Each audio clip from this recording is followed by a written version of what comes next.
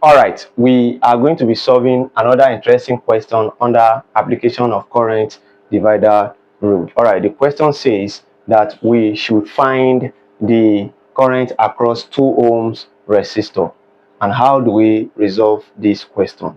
All right, the first thing is this: you have to listen carefully. All right, now we are having this circuit, and then we're having a voltage source, and then you can see the total current that is entering in the into the circuit is 5 ampere. And you know, when the 5 ampere gets to this node, it's going to split. Different current will enter into this part, different current will enter into this part. So let's say the current that enter here is I1. So let's this current here to be I1. All right, and the current that will enter here to be I2. All right, so now you are going to notice that when this I1 get to this node again, it's going to split into again. Another different current will enter here, another different current will enter here, another different current will enter here. So this is going to split into, so let's say this is I3, sorry, this is I3, this is going to be I4, this is going to be I5. All right, so that is what we are going to have. Now this I1, I4, I3, they are all going to come in and they are going to meet in this node. You understand? And they're also going to come out. And don't forget, from Kirchhoff current law says that the sum of current that is entering is equal to the sum of current that is going out. Don't forget, it is this I1 that is entering, it is this I1 that splits into I2, I3, I4, I5. So this I1, I4, I3, when they combine here, definitely when they are going out, they are going to be equal to what? I1. So here we are going to have I1 here as well. All right, and this I1 again, when it gets here, is going to get to this now. It's going to split again. It's going to split into I6 and I7. So this is what we are going to have. So this I6 and I7 is going to come again, and they are going to get here again. That is going to combine here again and give us I1 again. So here we are going to have I1. All right, so that's the first thing you are going to note. Now the second thing you are going to note is you are going to note that this resistance, let's name them. I love R1 to be 4 ohms, R2 to be 60 ohms,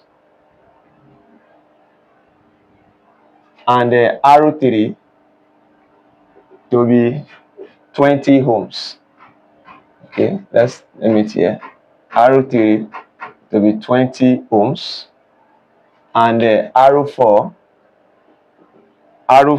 to be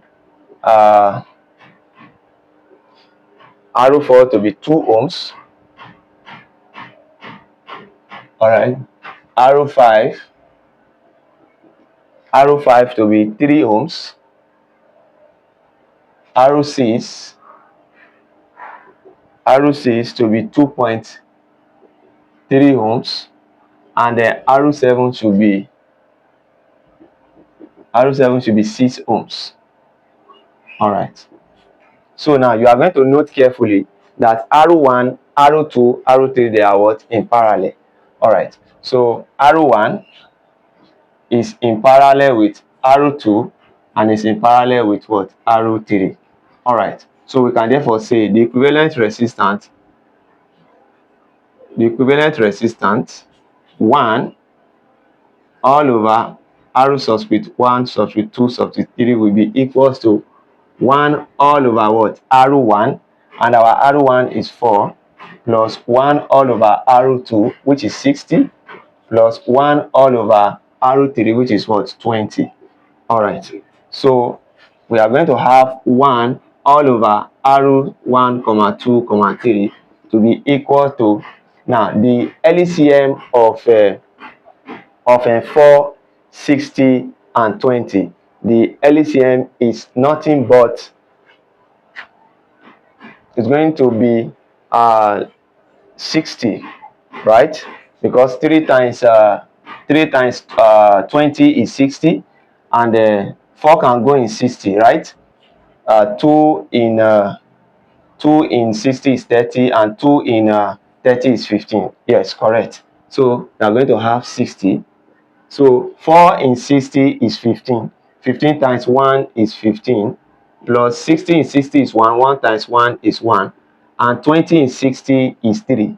3 times 1 is 3. All right. So we are going to have 1 all over 1, 2, 3 to be equals to 15 plus 1 is 16.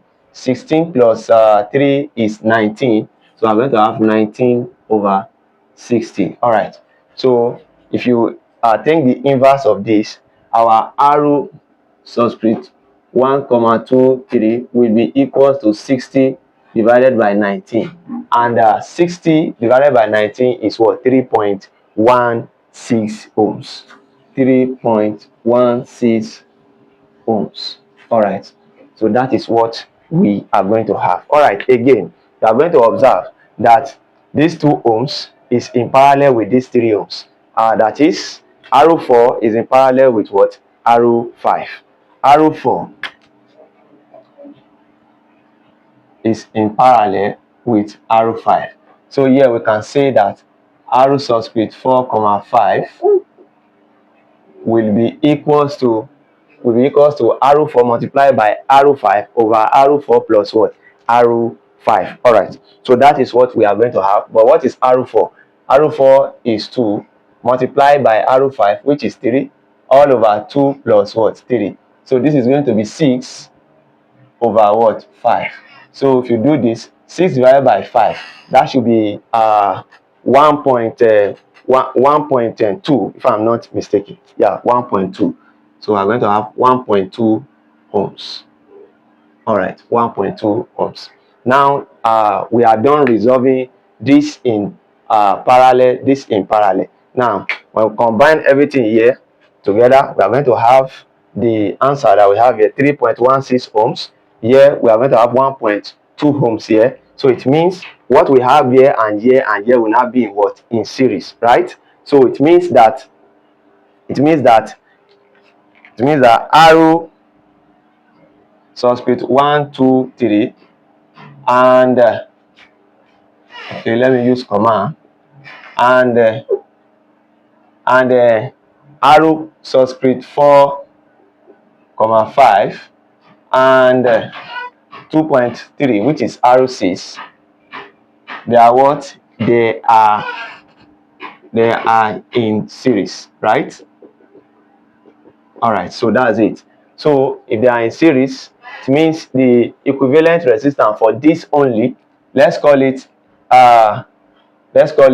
arrow subscript T.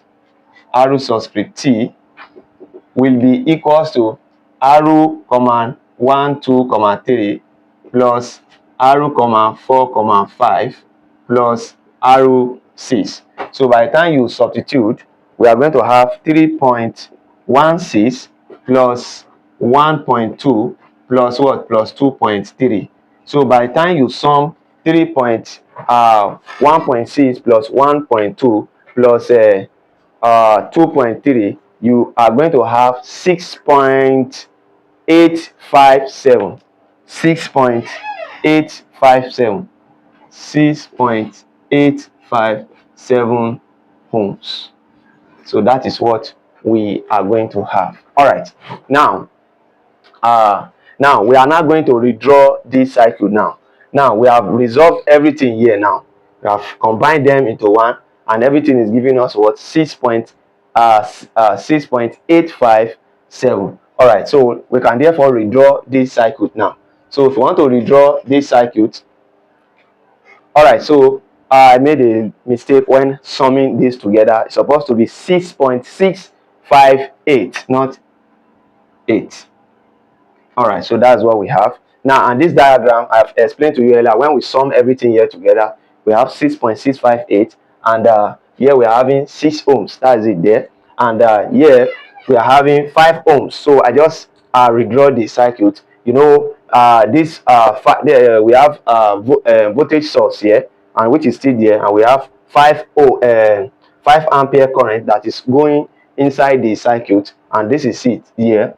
and here we're having I1 entering inside this part of the circuit and I2 going. So that is it there. All right, so now the next thing we are going to do is to find I1. We are going to find I1. Then how do we find I1? Since we know the total current that is entering, which is 5 ampere, then we can find I1. So let's clean this part.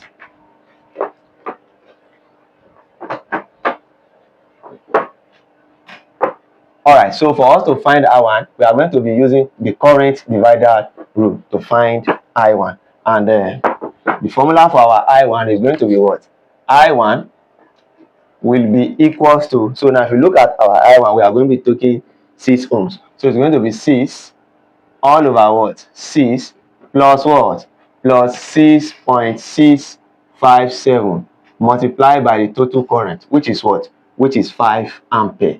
All right, so if you press this in your calculator, 6 multiplied by 5 is 30, and the 6 plus 6.657, that should be what? 12.675. 30 divided by 12.657 is going to give us what? 2.37 ampere. So I'm going to have this to be 2.37 ampere. All right, so now that we have calculated our I1, now that we have gotten the value of our I1, now we can therefore calculate the current that is flowing through 2 ohms resistor. So where is our 2 ohms resistor? This is our 2 ohms resistor, and it is in parallel with what? 3 ohms resistor. So we can just bring out this diagram here.